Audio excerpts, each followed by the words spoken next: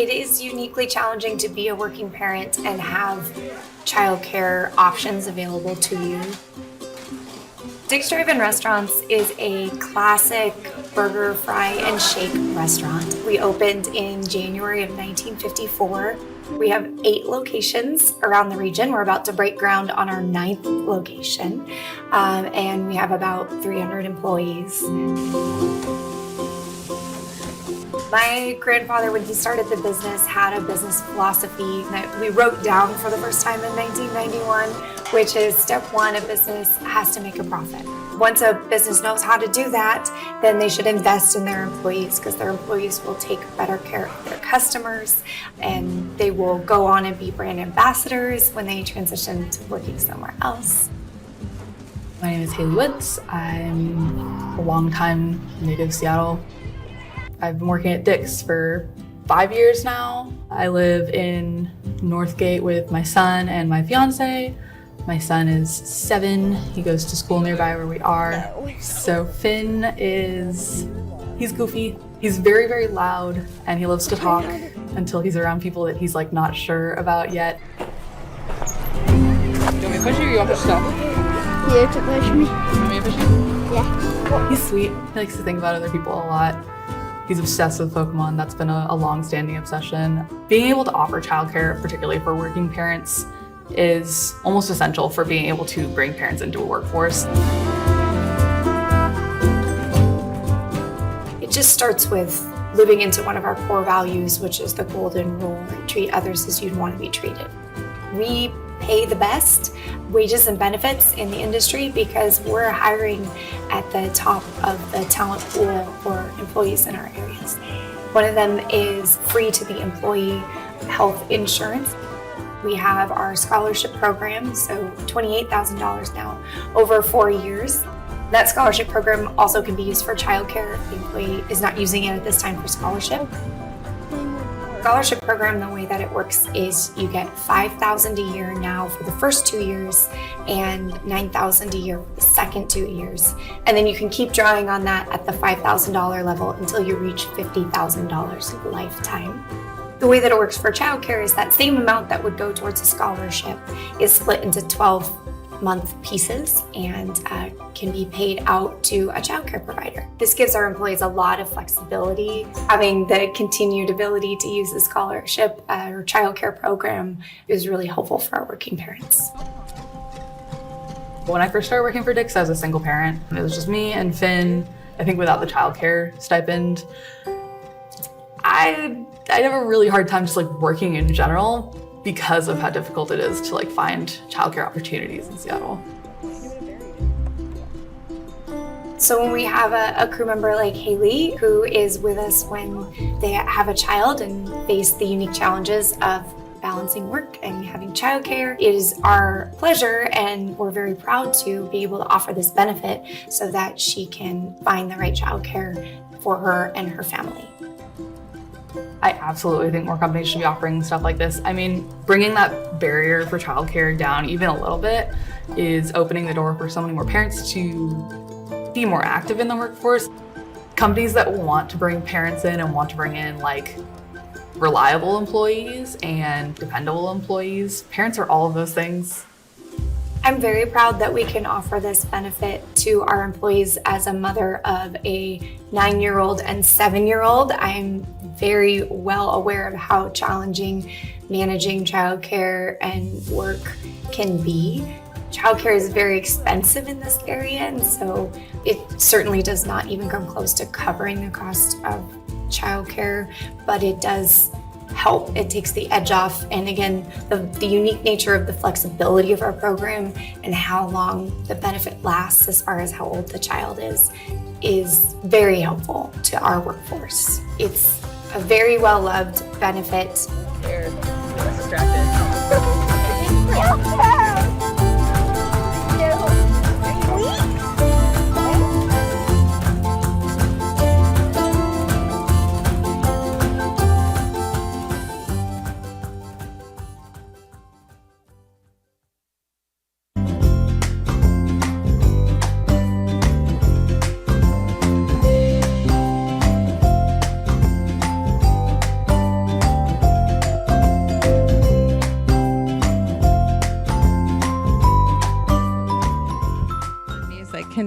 this is working. Okay, good.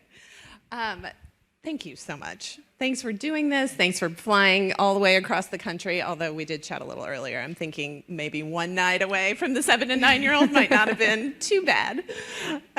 So tell us about Dix and its story and a little bit about the program, a little bit maybe more detail. I know the flexibility is a really, really interesting piece of that. So.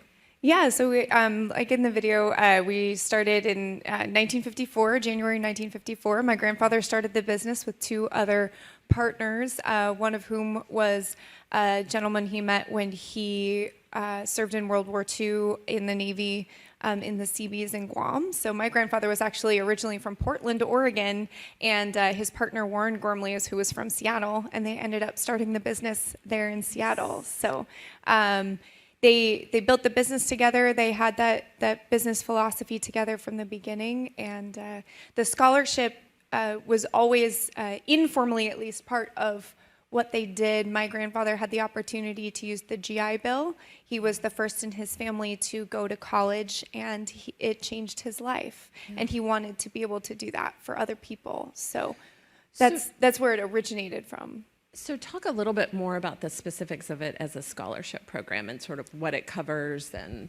Yeah, so the scholarship program was first created and again was informal and then was formalized later so that our employees can go to school and they can pursue any career opportunity that they want. So one of the examples that we give is you can use it for flying lessons if you want to be a pilot as a career, right? And we're a gateway employer, an entry-level employer for many, and most of our employees don't stay with us, so we want to be a small part of their journey and help them be ready for whatever the next step is for them. And the scholarship program serves that purpose, but many folks use it to go to community college and then for your university or other programs like that. When did you start the scholarship program, and was childcare always a piece or allowable use of that? Like, had you the foresight back then that childcare is an important piece to this program? So the scholarship was available informally to managers at Dix Drive-Ins, really as far as I can tell from the beginning, from reading all the documentation. We really formalized the program when our family bought out the other 2 partners in the early 90s. And that is also when we added the childcare component to that. And it was during the .com era, and we were trying to attract parents to our workforce and parents honestly with kids in school. So that's part of why from the beginning our program has been available to parents in our workforce up until their child is 13 years old, because we know there's a lot of childcare needs even when kids are in school, especially for business like ours. We're open 10:30 a.m. to 2 a.m. every day. Do you think, in terms of the use of the scholarship, is childcare is it more used for childcare as opposed to other training opportunities or education? I'm just curious because on the workforce side, we deal with a lot of employers that are offering training benefits and education, and sometimes it's hard to get an uptick in those sorts of things from their existing employees. But I'm just curious about the balance of, is childcare sort of, is it more used for that? Is that the right word? It's really a mix, and it depends on what's happening in our workforce at any given time. I do think as individuals go, we have more people utilize it for scholarship or utilize it for the scholarship first. But those folks who use it for childcare stay with us a really long time and stay in that program a really long time. So it's a really great benefit to have. And as employees, those employees who do decide to stay with us and enter our management program and end up running restaurants for us, they certainly use it as they start their families as well. But we have a diversity of different employees coming in at different parts of their life, and it's utilized from an employee from who's just started with us all the way up to people who've been with us for a long time. So do you think it has accomplished that initial goal, which was recruiting and retaining employees? Yes, definitely. Okay. So talk a little bit about the flexibility in use, because we were talking about it before. the event, and it really is, I think, unique in the in sort of the ways in which a parent can use it and the types of childcare that it can cover. So the program, the way that it works is a parent would fill out a form every month and say who the child care check should be made out to. And it can be an institutional or corporated, provider, or it can be a neighbor, a friend, a parent, or a grandparent. The only person it can't be to is to your spouse. But we often have spouses who both work for us, and so both of them have access to that scholarship, so they get even more benefits. And then we cut checks directly to the provider, and we do a W-9 for every provider, and it is administratively a lot of work, and we're figuring out how to scale that as we continue to grow, but we have been blessed with an amazing powerhouse of a controller and director of operations support who's made sure this program has run for now decades with hundreds, probably thousands of employees who've used this program now, and also a mom, so she understands. It's so, just that flexibility piece, I think is unique and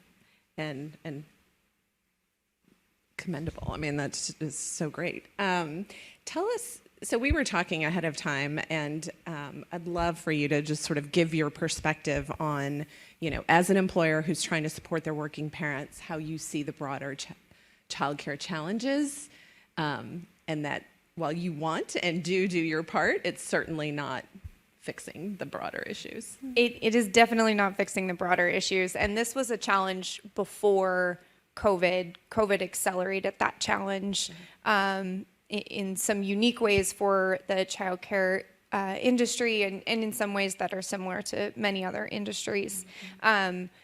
This program helped us attract and retain working parents. It is one of the things when we look at benefits that we're going to offer, we think of things that we can provide to the employee at a value that's better than they could just get for themselves if we just gave them more cash. And then, because this is a benefit that's that $5,000 level, we can provide this benefit to them tax-free up to $5,000. So that's why we start at that level, and that's that ongoing, continuing amount.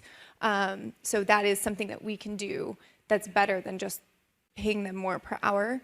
And so this program has been in place to help attract those parents into our workforce. But unfortunately, particularly in our area and across the nation, they're just employers and individuals who are providing childcare, it's just hard to find spaces. There's a supply and demand mismatch between the number of families who need childcare and the childcare spots that are available. So the flexibility of our program helps our working families work around that. And also, they need often non-traditional hours that most employer childcare providers are not going to be able to offer. I was going to ask you about that, so I'm glad you brought that up. It's certainly something we've heard from members of the chamber or other employers that we interact with, is this issue of like third shift, different, unusual hours, or and how to then, as you said, sort of match the demand or the supply to the demand for those kind of unique shift hours. And so that the flexibility that you offer allows people then, I guess, to have the friend, the family. Have you seen with your employees that although you have the scholarship, you have the benefit, they still can't find what they need? So you're offering them the support and the assistance, but the supply isn't there in the Seattle area. Yes, and I mentioned in there it doesn't come close to covering the cost. So this comes out to being about a $450 monthly benefit for when you split it up over 12 months. The average cost of childcare for an infant in the Seattle area is about $2,300 a month. So this takes the edge off. This does not solve the problem. And often, again, our employees are working with family members or friends who are also doing this a little bit as a labor of love, right? Yeah. So it helps there as well, but provides some some dignity to that employee that they can contribute for that cost. So, and then there's just ongoing childcare needs. Again, as the child goes to school, Seattle Public Schools every Wednesday they release at 1 p.m. in the afternoon. That's not conducive for a working parent schedule most of the time, and so we just, and of course summers and are a challenge. So yeah. I know you're involved in the chamber out in Seattle. Like, are there other ways that you as an employer are engaging in the broader childcare issues? Or I know the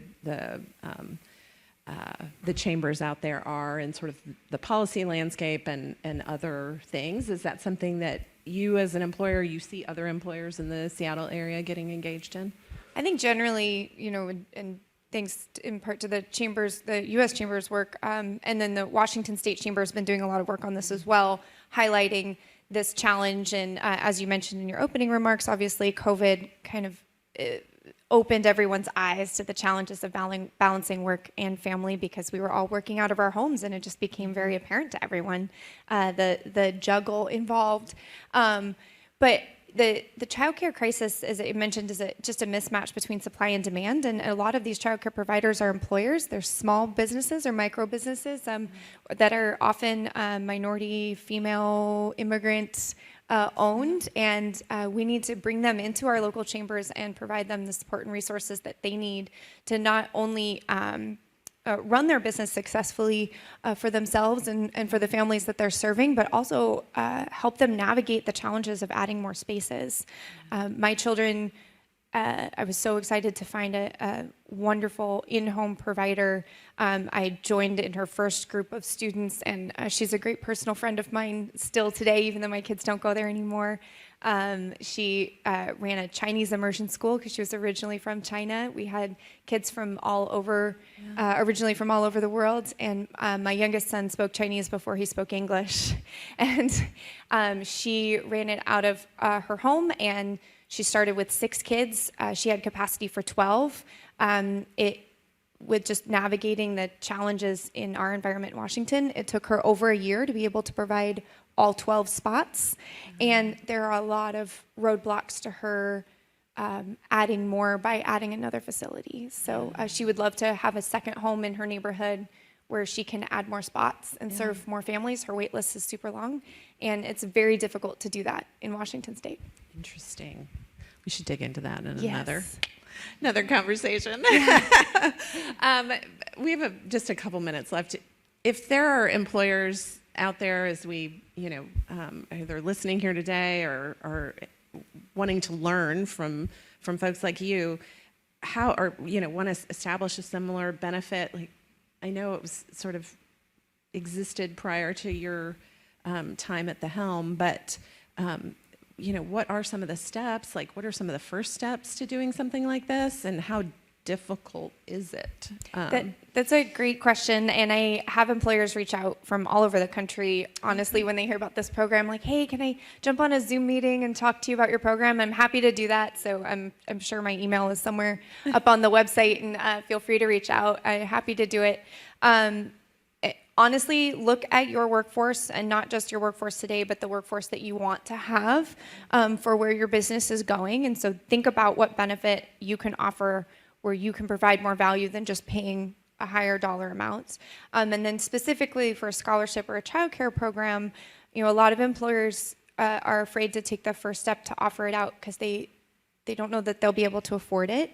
So decide what you can afford and start with that. And so say, I can give out 5 scholarships this year, or I can give out 3 scholarships this year, and figure out a way, whether it's a lottery or an application or something along those lines, and just start with that and see how it goes, and then see how that impacts your workforce, and you can grow it from there. So we find in our experience in our workforce, it's on average, and we have a long period of time to know this, it's about 1/3 of our workforces uses the benefit in either the scholarship or childcare at any given time. And it fluctuates. During the pandemic, I think we saw more folks using it for childcare, and unfortunately, fewer of our team members continuing their educational pursuits, which was sad for me to see, but flexibility is key, and listen to your workforce. They'll let you know what is going to be useful for them. I think that's I love that you ended on that point, and it sort of brings us back to this roadmap that was the genesis of this video series, and would encourage folks to really take a look at that employer roadmap. Because one of the things that we talk about a lot is the need to understand what exactly your workforce is asking for. I think a lot of times when we hear it from employers, they think they have to provide on-site care, that is the child care benefit that like people are demanding. And it actually isn't necessarily that. Maybe it's flexibility, maybe it's some subsidy, maybe it's just helping me find in my community the options out there. And so that sort of idea of really understanding who your workforce is first and what they need then can help you to think about what the right benefit is for them. So please thank Jasmine for being with us. I really enjoyed this conversation. Thank you so much. Thank you.